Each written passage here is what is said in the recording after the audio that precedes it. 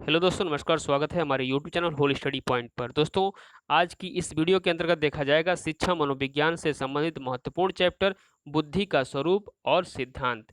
जी हाँ दोस्तों, बुद्धि का स्वरूप और सिद्धांत से संबंधित इंपॉर्टेंट एमसीक्यूज को देखा जाएगा, जो कि ये पार्ट फर्स्ट है। पार्ट सेकंड आपको कल प्रोवाइड करवा दिया जाएगा मॉर्निंग टाइम में। तो दोस्तों, जो लोग चैनल पर नए हैं, चैनल को सब्सक्राइब कर लेंगे, बेल आइकन को प्रेस कर लेंगे, ताकि वीडियोज़ की नोटिफिकेशन आपको प्रॉपर्ली मिलती रहे। तो आइए देखते हैं पहला प्रश्न क्या है। जैसा कि मैं डेली कहता हूँ, लाइक और शेयर करना मत भूलिएगा। ठीक है, तो आइए देखते हैं पहला प्रश्न आपके सामने क्या है। देखिए दोस्तों, फर्स्ट प्रश्न क्या है। आई होप पेज आपको क्लियर दिख रहा होगा। तो देखिए, फर्स्ट प्रश्न है आपका, बुद्धि को स्थूल, अमूर्त एवं सामाजिक तीन प्रकारों में किसने वर्गीकृत किया? टर्मन ने, स्टर ने, थॉर्नडाइक ने, गिलफोर्ड ने। तो मित्रों, इसका सही उत्तर है विकल्प तीसरा। थॉर्नडाइक ने जो है बुद्धि को स्थूल, अमूर्त एवं सामाजिक तीन प्रकारों में वर्गीकृत किया है। क्वेश्चन ये भी बनता है, थॉर्नडाइक ने जो है बुद्धि के कितने कितने प्रकारों को में बांटा है? तो तीन प्रकारों में बांटा है बुद्धि को। कौन कौन सी बुद्धि? स्थूल बुद्धि, अमूर्त बुद्धि और सामाजिक बुद्धि में। आइए जानते हैं थॉर्नडाइक के बारे में। दोस्तों, थॉर्नडाइक जो थे, अमेरिका के मनोवैज्ञानिक थे। इन्होंने बुद्धि के संबंध में एक बहुत ही महत्वपूर्ण डिफिनेशन दिया है। सुनिएगा ध्यान से। वास्तविक परिस्थितियों के अनुसार अपेक्षित प्रतिक्रिया करने की योग्यता बुद्धि कहलाती है। यह परिभाषा दिया था थॉर्नडाइक महोदय ने। थॉर्नडाइक ने जो है बुद्धि से संबंधित एक बहुत ही महत्वपूर्ण सिद्धांत दिया है, जिसका नाम है याद रखिएगा, बहु तत्व या बहुकारक सिद्धांत का। बुद्धि का सिद्धांत है ये, और थॉर्नडाइक ने दिया था, तो याद रखिएगा। और थॉर्नडाइक के बारे में आप लोग जानते ही हैं कि अधिगम से संबंधित एक सिद्धांत दिया था, प्रयास एवं त्रुटि का सिद्धांत, जिसका प्रयोग उसने बिल्ली पर किया था। और अधिगम के नियम भी थॉर्नडाइक ने दिए थे, और जिसमें आपको 3 प्रमुख नियम और 5 गौण नियम बताए थे। आइए जानते हैं क्वेश्चन नंबर 2। यूनेस्को द्वारा हीन बुद्धि बालकों की बुद्धि लब्धि कितनी बताई गई है? तो यूनेस्को द्वारा जो है हीन बुद्धि बालकों की बुद्धि लब्धि पूछी जा रही है। तो 0 से 19, 20 से 30, 0 से 7 और जो है चौथा है 0 से 12। तो मित्रों, इसका सही उत्तर है विकल्प फर्स्ट सही है। 0 से 19 तक जो है यूनेस्को द्वारा हीन बुद्धि बालकों की बुद्धि लब्धि बताई गई है। आइए जानते हैं यूनेस्को के बारे में। दोस्तों, यूनेस्को जो है की स्थापना 4 नवंबर 1945 में जो है इसकी यूनेस्को की स्थापना हुई थी, जिसका हेड ऑफिस आपको देखने को मिलेगा पेरिस, फ्रांस में। कहाँ पे दोस्तों? पेरिस, फ्रांस में इसका हेडक्वार्टर है। यूनेस्को की फुल फॉर्म की बात करें तो United Nation Educational, Scientific and Cultural Organisation. ठीक है दोस्तों। तो आई होप यूनेस्को से संबंधित आपको पूरी जानकारी मिल गई। और वर्तमान में इसके अध्यक्ष हैं आंद्रे ओजले। कौन है दोस्तों? आंद्रे ओजले। नेक्स्ट क्वेश्चन देखेंगे। क्वेश्चन नंबर थर्ड क्या है। भारत में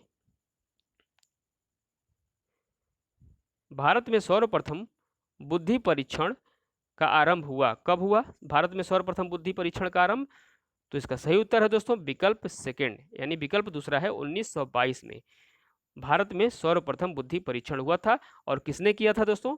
तो इसका सही उत्तर है, देखिए, सी एच राइस महोदय ने जो है भारत में सर्वप्रथम बुद्धि परीक्षण किया था सन 1922 ईस्वी में। याद रखिएगा। नेक्स्ट क्वेश्चन देखते हैं। एक बालक की आयु 12 वर्ष है। बीने का बुद्धि परीक्षण करने पर वह 15 वर्ष के सामान्य बालक के समान अंक प्राप्त कर सका। उसकी सही बुद्धि लब्धि निम्न में से किस विकल्प में दी गई है? तो देखिए, विकल्प आप देख लीजिए, इसका आंसर आप बताइएगा कमेंट के माध्यम से। ठीक है, मैं इस आंसर का वेट करूंगा क्वेश्चन नंबर 4 का। ठीक है, कमेंट करके जरूर बताइएगा आप लोग इसका आंसर। नेक्स्ट देखते हैं दोस्तों, क्वेश्चन नंबर 5। बाल अभिबोधन परीक्षण किस मनोवैज्ञानिक ने निर्मित किया था? टर्मन ओ मैरिज, अर्नेस्ट क्रिस, जॉन लॉक और विलियम टाउन्स। तो मित्रों, इसका सही उत्तर है विकल्प दूसरा, अर्नेस्ट क्रिस। अर्नेस्ट क्रिस ने जो है बाल अभिबोधन परीक्षण को निर्मित किया था। याद रखिएगा, बाल अभिबोधन परीक्षण को निर्मित किया था अर्नेस्ट क्रिस ने। नेक्स्ट देखते हैं। नेक्स्ट क्या है।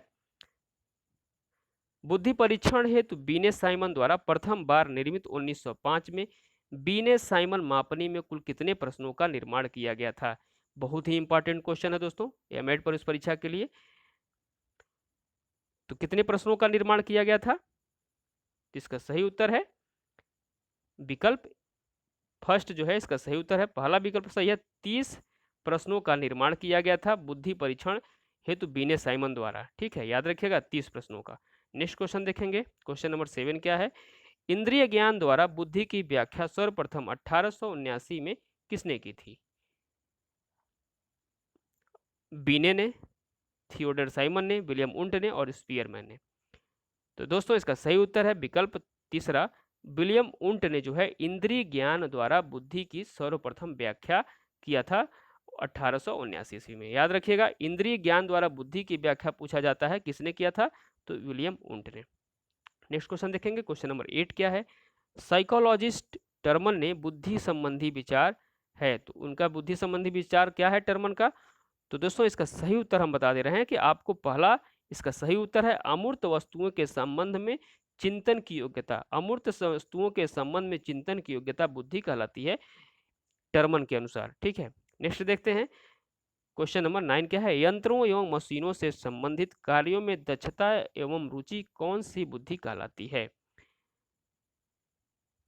अमूर्त बुद्धि, मूर्त बुद्धि, सामाजिक बुद्धि और चौथा विकल्प है उपयुक्त सभी। तो इसका सही उत्तर है मूर्त बुद्धि। क्या है दोस्तों? मूर्त बुद्धि। यंत्रों एवं मशीनों से संबंधित कार्यों में दक्षता एवं रुचि कहलाती है मूर्त बुद्धि। नेक्स्ट देखेंगे, क्वेश्चन नंबर 10 क्या है? मानसिक आय, मेंटल एज की अवधारणा का विकास किस मनोवैज्ञानिक ने किया? स्टर्न, बीने, वेसलर और टर्मन। तो मित्रों इसका सही उत्तर है विकल्प सेकेंड, बीने ने किया। किसने किया दोस्तों? बीने ने किया है मानसिक आय की अवधारणा का विकास, बीने ने किया है, इसका सही आंसर है। नेक्स्ट क्वेश्चन देखेंगे, क्वेश्चन नंबर 11 क्या है?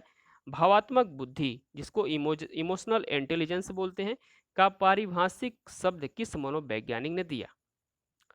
डेनियल गोलमैन, बीने, टर्मन, गिलफोर्ड।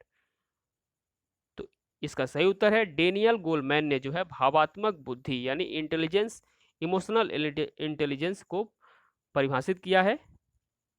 याद रखिएगा भावात्मक बुद्धि से संबंध है डेनियल गोलमैन का। नेक्स्ट देखेंगे, बहुबुद्धि सिद्धांत के प्रवर्तक कौन है?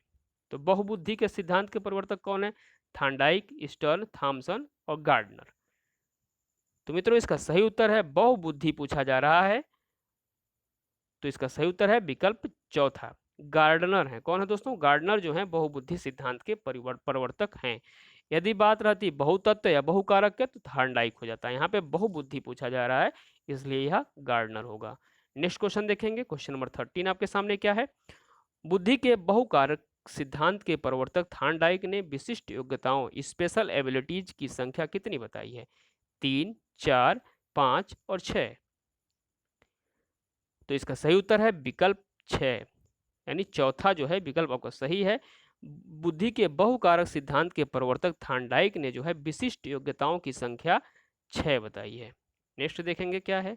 क्वेश्चन नंबर 14, चित्रांकन, चित्रपूर्ति व वेसलर वैल्यू परीक्षण किस बुद्धि परीक्षण के अंतर्गत जाने जाते हैं? व्यक्तिगत शाब्दिक बुद्धि परीक्षण, व्यक्तिगत अशाब्दिक बुद्धि परीक्षण, शाब्दिक सामूहिक बुद्धि परीक्षण और चौथा है अशाब्दिक सामूहिक बुद्धि परीक्षण।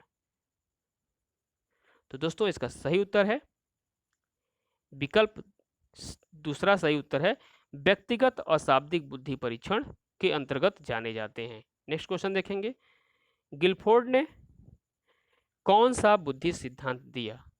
संक्रिया उत्पाद सिद्धांत, त्रिआयामी सिद्धांत, प्रज्ञा संरचना सिद्धांत, उपयुक्त सभी।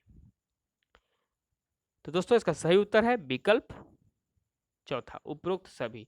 गिलफोर्ड ने बुद्धि के सिद्धांत दिए हैं, सक्रिय उत्पाद का सिद्धांत, त्रिआयामी सिद्धांत और प्रज्ञा सिद्धांत। तीनों सिद्धांतों के नाम एक ही हैं, एक दूसरे के संप्रत्यय हैं, एक दूसरे का पर्यायवाची हैं। गिलफोर्ड ने जो है दिया है 3 डायमेंशनल थियरी जिसको हम सक्रिय उत्पाद सिद्धांत भी बोलते हैं, प्रज्ञा संरचना सिद्धांत भी बोलते हैं और उसी को जो है त्रिआयामी सिद्धांत बोलते हैं। ठीक है, तो इतनी बातें याद रखिएगा दोस्तों।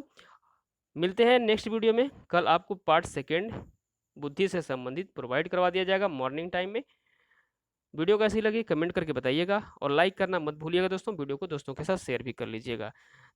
तब तक के लिए नमस्कार, जय हिंद, सभी लोगों को शुभ रात्रि मेरी तरफ से।